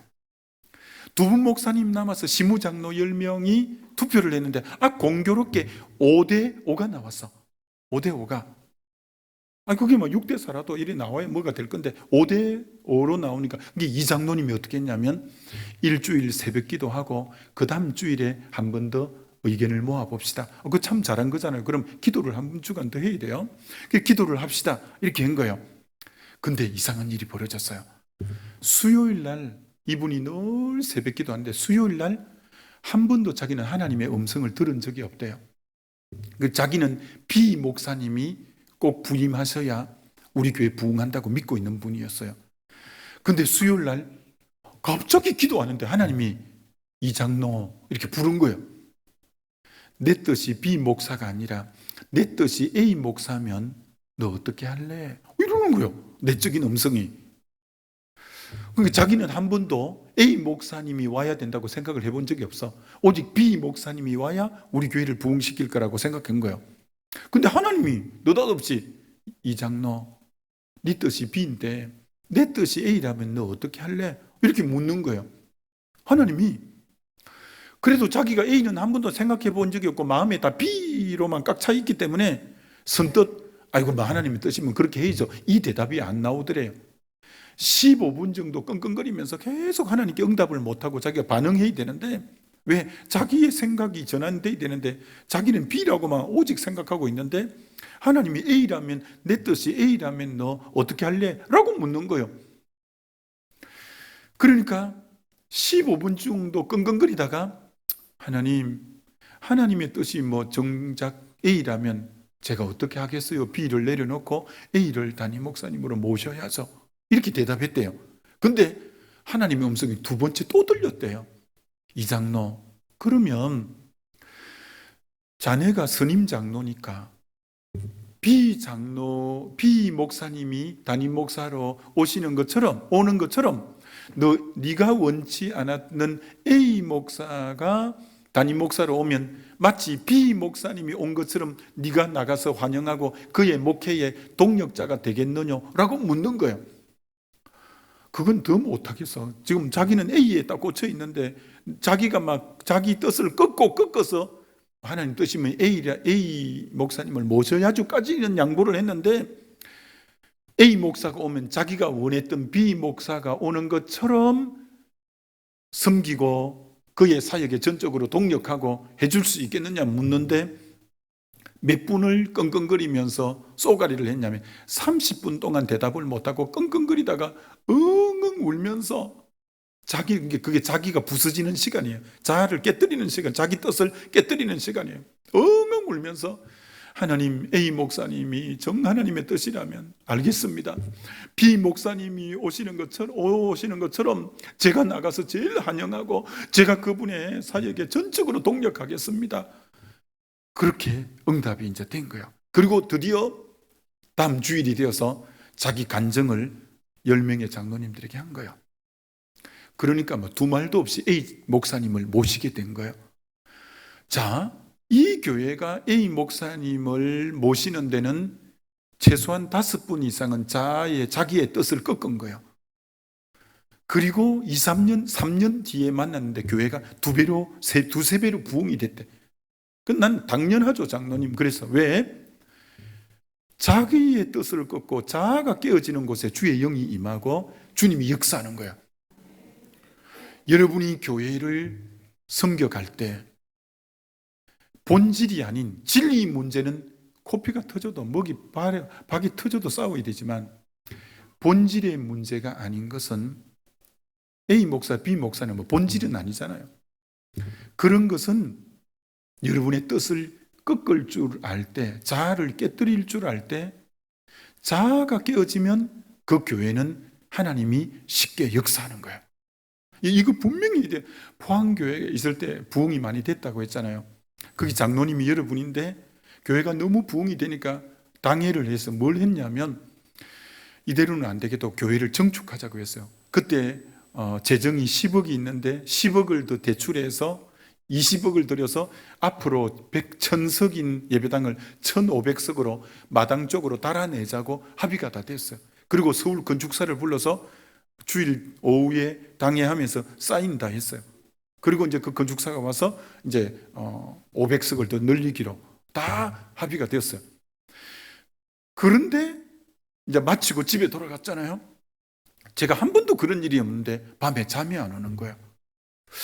저는 참 하나님 은혜로 머리만 딱 갖다 대면 쿨쿨 바로 자는데 잠이 안 와서 조용하게 침실에서 나와서 그 실에 앉아 있는데 주님이 너 그 10억 대출해서 교회 증축하기보다 그 10억을 들여서 100명을 떼주어서 분리개척을 하면 어떻겠냐 이런 마음이 갑자기 드는 거예요. 너무 강하게 들어서 우리 이제 장로님하고 단톡방이 있어요. 단톡방에 제가 긴급 새벽에 단톡방에 새벽기도 후에 긴급 당회를 합니다라고 단톡방에 딱 했어. 그랬더니 장로님들이 눈이 동그래갖고 어쩐 얘기 당회했는데 무슨 긴급 당회가 새벽에 그 다음날 새벽에 있냐고 다 왔어. 그러면 내가 그대로 얘기했죠. 내가요 머리만 대면요 쿨쿨 자거든요. 근데 딱 머리를 댔는데 잠이 안 오고요. 그래갖고 바깥에 나와서 이렇게 왔다 갔다 하고 기도했는데 주님이 느닷없이 그거 10억 있는 것 같고 100명 떼주고 분리개척을 하면 어떻겠냐 하는데 우야야 되죠 했더니 여러분 우리 장로님 참 너무 귀한 거예요. 아이고 하나님이 그렇게 말씀했으면 그렇게 해야죠. 그래서 우리가 100명을 떼어서 지금 보배로운 예수교회 허성식 목사라고 지금 벌써 2배 정도 부흥이 됐죠. 100명을 떼어서 100명이 또 안 나가려고 또 용을 써서 그래서 장로님은 그러면 2년 뒤에는 다시 시무장로로 받아준다 막 해갖고 겨우 한 명 떼보내고 막 그렇게 떼어서 그래서 내가 주일을 한 번도 빠진 적이 없는데 주일 좀 많이 데리고 가기 위해서 주일을 내가 한 번도 개척하고부터 그 포항교회 있으면서 주일을 내가 빠진 적이 한 번도 없어요. 근데 주일을 2번 내가 빠져서 한 번은 신덕교회 부흥회 주일부터 한다고 일부러 자리를 비워주고 한 번은 애틀란타 부흥회 간다고 주일날 한 번 비워주고 왜? 제발 좀 데려가라. 100명 이상 데려가니까. 그래서 주의를 2번 이제 비워준 거요. 그래갖고 안 나가는 거 막 엄포를 놓고 막 안 그러면 제비 뽑는다 해갖고 막 개우 장로님 한 명 구하고 그래가지고 76명 어린애까지 해서 76명인가를 하여튼 떼 보냈어. 그런데 그 교회가 지금 2배로 이렇게 부흥이 된 거예요. 참 장로님들이 너무 고맙잖아요. 저녁에까지 당회해서 사인 다 하고 했는데 그날 아침에 우리 분리개칙 합시다는 게 언제 그랬는지 그럽시다 이렇게.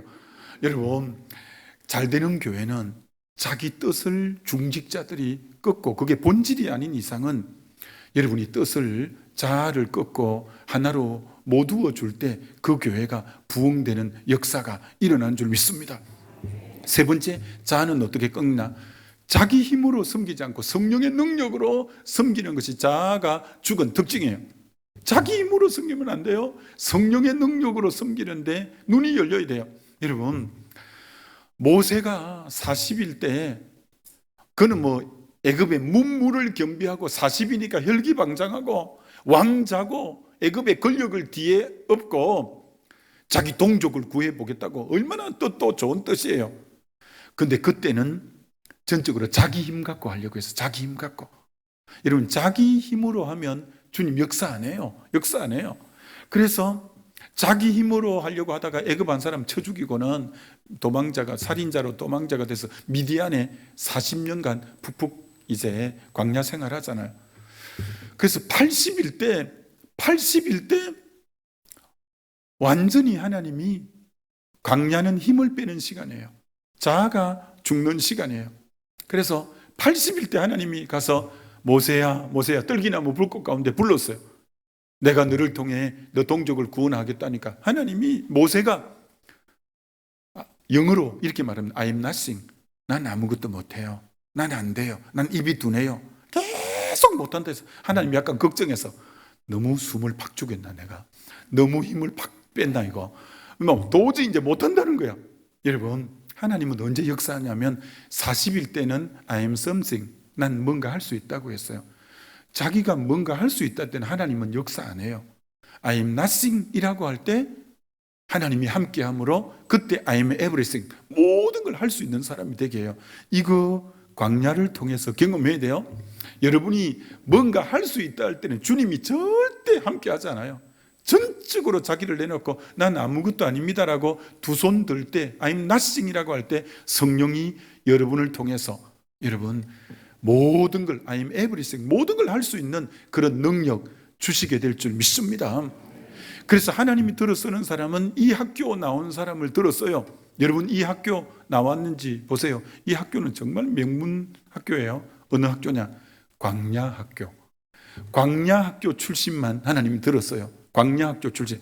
하나님이 들어 쓴 사람 출신 중에 광야학교 출신이 아닌 사람 들먹여봐요. 아무도 없어요.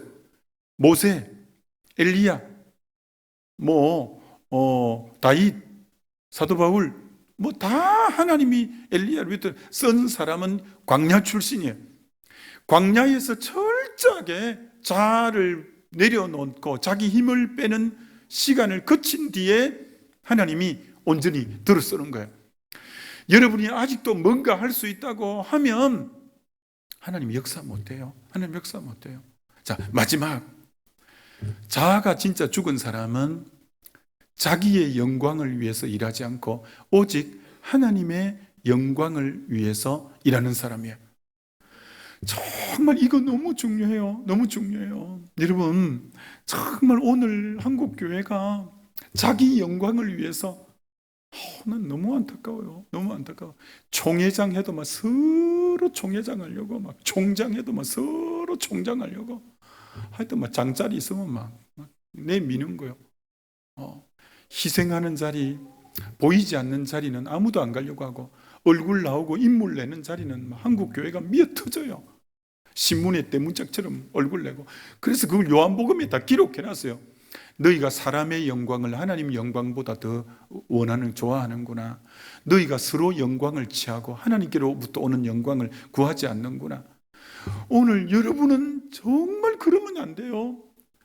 사람에게 영광받고, 이건 그 영광을 사람에게 적용하면 사람에게 인정받고, 사람에게 박수받고, 사람에게 칭찬 듣고, 사람에게 돋보이고, 아니요, 아니요.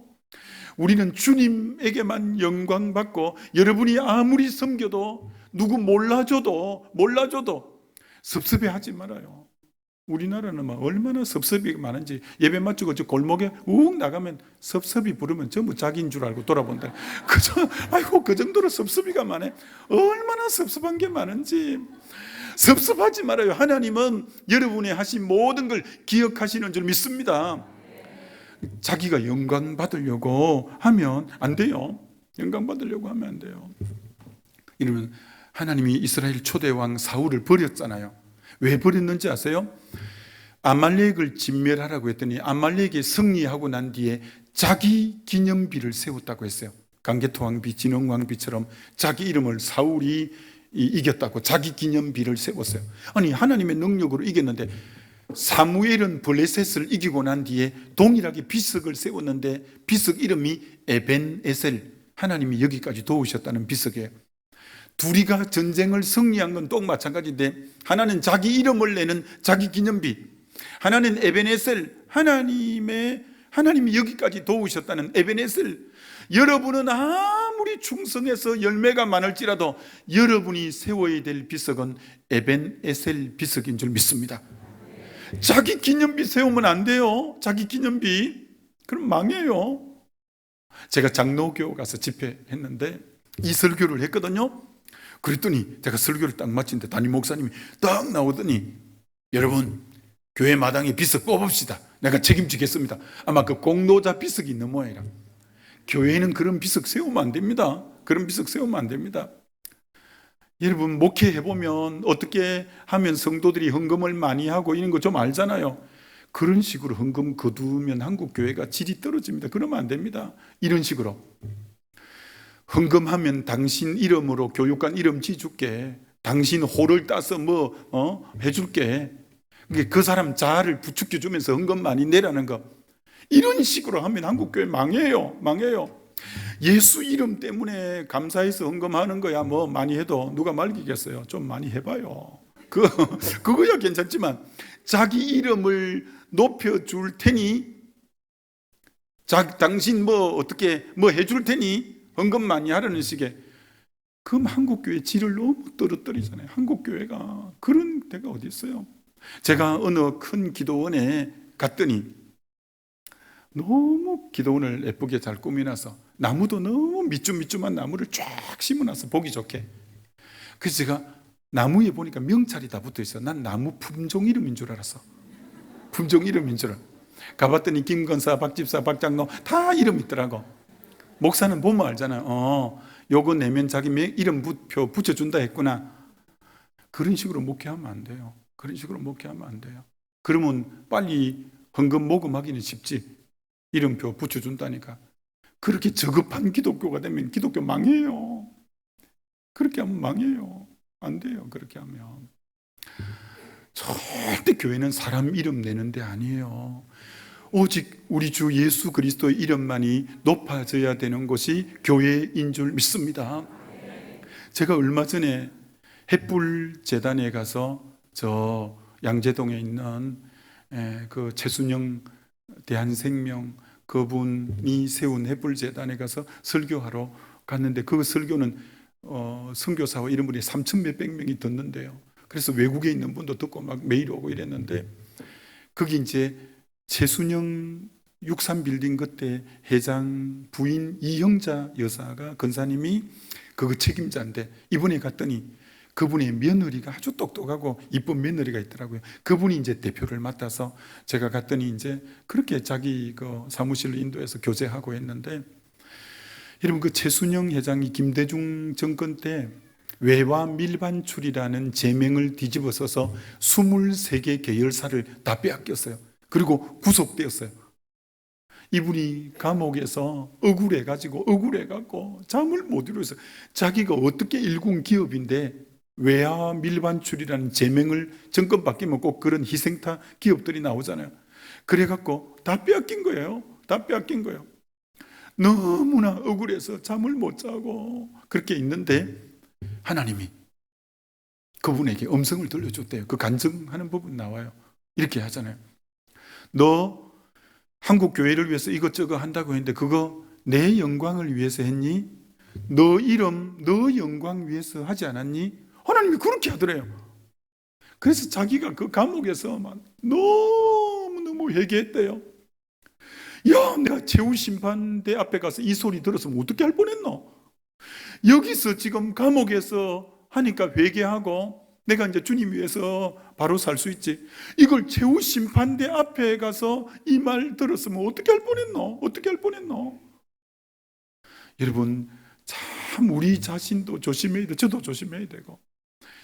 교모하게 주의 일 하는 것 같고 주의 영광 위해서 하는 것 같은데 은근슬쩍 자기 이름도 거기에 끼어 열려고 하는 속성, 우리에게 이런 자아에 이런 자기 영광을 가로채고 싶은 이 옛사람의 속성이 숨어 있을 때가 많아요. 자칫하면 정말 주를 위해서 하는 것 같지만 때로는 자기 위해서 그런 부분도 있는 우리들의 모습이 많아요. 여러분, 철저하게 우리는 주님 앞에 깨어서 오직 주의 영광, 오직 주의 영광 위해서 해야 되는 줄 믿습니다. 여러분, 이런 속담 들어보셨어요? 이건 진짜 국어 공부 열심히 한 사람은 알아맞힐 수 있는 속담. 자, 이거 진짜 알면 국어 실력을 인정해 드리겠습니다. 이런 속담이 있어요. 무 먹고, 배추 말고 무 먹고 트림 안 하면 인삼 먹은 것보다 뽀약이다. 이런 속담. 아무도 없죠. 자, 무를 먹었는데 여러분, 우리 국민학교 갔다 오면서 무 막 빼가지고 씻어서 어거 먹으면 트림이 이렇게 나오거든요. 생무 먹으면 트림이 나오게 돼 있어요. 근데 무를 먹었는데 트림을 안 하면 인삼 먹은 것보다 보약이라는 거예요. 그럼 그게 무슨 말이냐? 제가 10년 동안 한국 교회를 돌아다니면서 부흥회를 했잖아요. 그 교회가 60년, 70년, 100년 될 때는 그렇게까지 크기까지는 누군가의 헌신과 희생과 수고와 헌금 때문에 그 교회가 그렇게 성장했잖아요. 지난날에 헌신한 분들이 없이 어떻게 그 교회가 되겠어요? 그렇게 큰 예배당으로. 그런데 여러분, 그런데 그렇게 지난날 교회 부흥의 주역인 분이 후반부에 은퇴를 하거나 늙음하게 가서 교회 부흥의 걸림돌이 되는 분이 얼마나 많은지 아세요? 왜? 무 먹고 트림 해버리는 거예요. 자기가 그렇게 충성해놓고 이제 젊은 장로들 계속 세워지고 자기는 어느새 은퇴하고 뒷방 늙은이처럼 되고 언제부터 주목을 못 받고 하니까 이제 그때부터 흔히 꼬장을 부리기 시작하는 거예요. 그러면서 사사건건이 막 터집 잡고, 그래갖고 도리어 부흥의 동원 동력이었던 분이 나중에 가서는 부흥에 완전히 장애물이 되는 분들이 교회 안에 있는 거예요. 있는 거예요. 우리 이제 소망교회 지금 30년 역사 정도니까 막 그런 분, 참 이번에 장로님들 면면을 봐도 너무 귀한 분들이라서 그런 분 없을 줄로 믿습니다. 하여튼 믿고, 하여튼 근데 그런 분은 없겠습니다만, 여러분, 아무리 주를 위해서 그렇게 해도 트림하면 안 돼. 내가 뭐 주님 때문에 그 아들의 희생 대가로 나를 구원해 주신 그 은혜 때문에 내가 한 거지, 내가 어떤 내 영광과 존귀를 위해서 한 건 아니잖아요. 아니잖아요. 자, 이제 제가 뭐 또 다음에 뭐 오겠습니까? 이제 목사님 5년밖에 안 남았는데, 그래서 오늘 할 말 좀 하고 가야 돼요. 그런데 그렇다고 이렇게 받아들이면 안 돼요. 한마디만 하고 갈게요. 포항교회가 참 좋은 교회였어요. 왜? 목사님이 쓰러져서 2년 동안 원로 목사님이 목회를 못했어요. 그게 교회 알짜배기 성도가 100명 이상 빠져나갔어요. 그러니까 성도들이 막 알짜배기들이 빠져나가고, 왜? 부목사 체제로 2년 가니까 교회가 계속 줄어들잖아요. 그러니까 성도들이 빨리 우리 담임 목사님 교체합시다. 우리 교회 이러다가 다 망하겠습니다. 이렇게 한 거예요. 그분이 30년 목회하고 결국 은퇴했는데 그 전에 쓰러진 거예요. 쓰러진 거예요. 그때 어제 말씀한 그 조옥건 장로님이라는 선임 장로님이, 조내과 원장인 그 장로님이 딱 여기 나가가지고, 여러분은 부모님이 아프면 부모님 바꿉니까? 부모가 여러분을 키우고 부모가 여러분을 그렇게 양육해서 여러분이 요 정도 됐는데, 부모가 쓰러졌다고 부모 바꾸자는 그런 자녀가 어디 있겠냐고. 목사님이 우리 교회 오셔서 27, 8년간 이렇게 헌신해서 우리 교회가 이렇게 됐는데, 목사님이 목회하시다가 쓰러져서 지금 저렇게 편찮아서 요양 중인데 목회자를 바꾸자고요? 그게 사람입니까? 이분이 덕망이 있으니까 성도들이 알아듣고 다 조용했어. 그런데 너무나 대조적으로 그 교회 옆에 장로교회가 우리 목사님하고 똑같은 연배인데, 그분은 실제로 교회를 1600명, 2000명 가까이 부흥을 시킨 반면, 정말 우리 원로 목사님은 너무나 인격도 훌륭하고 참 좋은 분이었지만 교회 부흥은 그렇게 시키지 못한 분이에요. 근데 그 교회는, 장로교 진짜 나빠요. 그 교회는 그렇게 목사님이 부흥을 2000몇백 명까지 시켰는데 원로 목사 안 시킨다고 2년 전에 피눈물 흘리게 해서 목사를 쫓아낸 거예요. 그리고 또 그 옆에 장로교회, 그 동네 진짜 안 좋대요. 그분은 진짜 3,000명 정도로 부흥시킨 목사님이에요. 그 장로교회가 동일하게 2년 전에 피눈물 나게 원로 목사 안 시키려고 쫓아낸 거예요. 근데 결과가 우리 교회는 그렇게 부흥을 시키지도 못했는데, 그렇게 쓰러져서 2년 목회를 못했는데 기다려줘서 결국은 회복이 되고 1년 정도 목회하시다가 이제 은퇴를 하고 원로 목사님 해드리고 집도 하나 잘 마련해드리고 또 차도 하나 잘 뽑아드리고, 그리고 제가 후임으로 들어갔어요. 그랬더니 하나님이 보신 거예요. 이 교회의 양떼들이 어떻게 대하는지를. 그래서 우리 교회는 4배로 급성장한 반면, 방금 원로 목사 안 시키려고 2년 전에 쫓아낸 두 교회, 한 교회는 싸워갖고 2패로 나누어져서 한쪽 팀은 그 마당에서 예배드리고 한쪽 팀은 본당에서 예배드리고, 그렇게 싸우다가 장로 한 분이 구속되고 결국은 교회가 갈라지고, 또 한 교회도 그렇게 어려움을 겪었어요. 그래 모두 포항에는 아는 거예요. 끝이 저렇게 되는구나. 꼭 명심하세요. 참 우리 소망교회 우리 김 목사님 같은 분이 어디 있고, 우리 대덕교회 박 목사님 같은 분이 어디 있어요. 본인들이 개척해서 교회를 그렇게 일구은 분, 이제 한 5년 정도 남았을 거예요. 제가 다음에 오면 다음에 얘기는 진짜 못 올 것 같아. 지금 미리 얘기하고 가는 거예요. 여러분, 참 여러분이 멀리 봐야 돼요. 저렇게 개척해서 헌신한 분들 끝을 잘해서, 항상 끝이 중요한 거예요.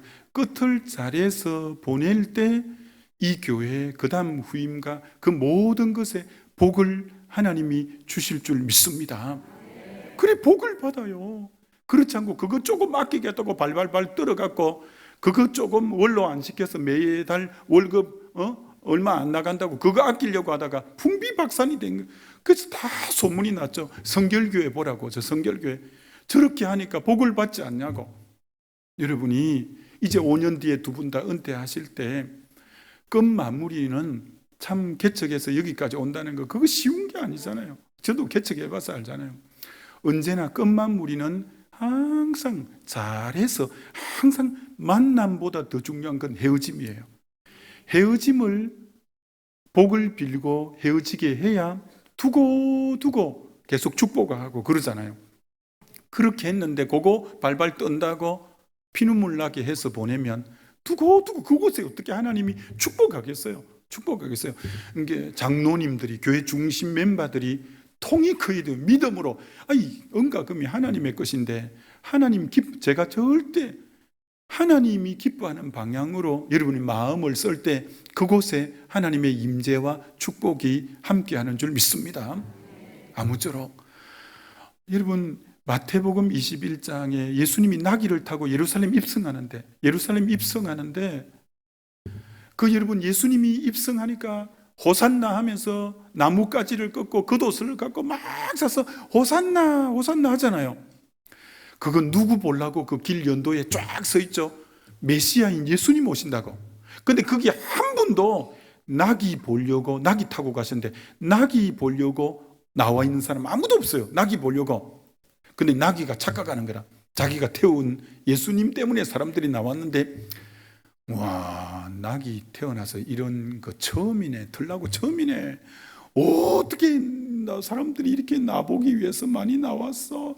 이렇게 하고 나귀가 막 너무 흥분해갖고 사람들 많으니까 앞발을 윙 들고 할렐루야 이러는 바람에 그만 타고 있던 예수님이 깡 떨어져 버렸어. 오늘 무슨 말이냐? 우리는 예수님 태운 나귀인 줄 믿습니다. 예수님은 영으로 계시기에 안 보이죠. 우리를 타고 지금 일하시는데, 사람들이 때로는 막 박수치고 잘한다 하고 대단하다 해도 여러분은 알아차려야 돼요. 나는 낙이다. 나를 타시고 일하시는 예수님 보고 저분들이 열광하고 박수치고 환호하는 거구나. 나는 낙이니까 그러든지 마든지 묵묵부담으로 뚜벅뚜벅 앞을 향해서 걸어가면 되는 거예요. 여러분이 앞으로 교회에 정말 충성되게 할 때 사람들이 저분 너무 귀하다 해도 여러분은 어떻게 해야 되냐? 나를 타시고 일하시는 주님이 그렇게 하는 거지 내가 뭐 하는 게 있나 하고, 여러분은 언제나 나귀의 자세를 견지하게 되시기를 주의 이름으로 축원합니다. 그러면 하나님이 여러분을 끝까지 들었어요. 끝까지 하나님이 여러분을 축복하시는 거예요. 아무쪼록 자아가 죽는 것은 자기를 바라보지 않고 주를 바라보는 것, 그리고 자기 뜻이 아닌 주의 뜻을 때로 하는 것, 그리고 자기 힘이 아닌 성령의 능력으로 하는 것, 자기 영광이 아닌 하나님의 능력으로 사는, 이게 자아가 옳게 죽은 사람의 삶의 방식이다라는 것 알고, 여러분은 매 순간 자아가 죽음으로 성령이 여러분을 지배하는 그런 복된 삶 되어지시기를 주의 이름으로 축원합니다.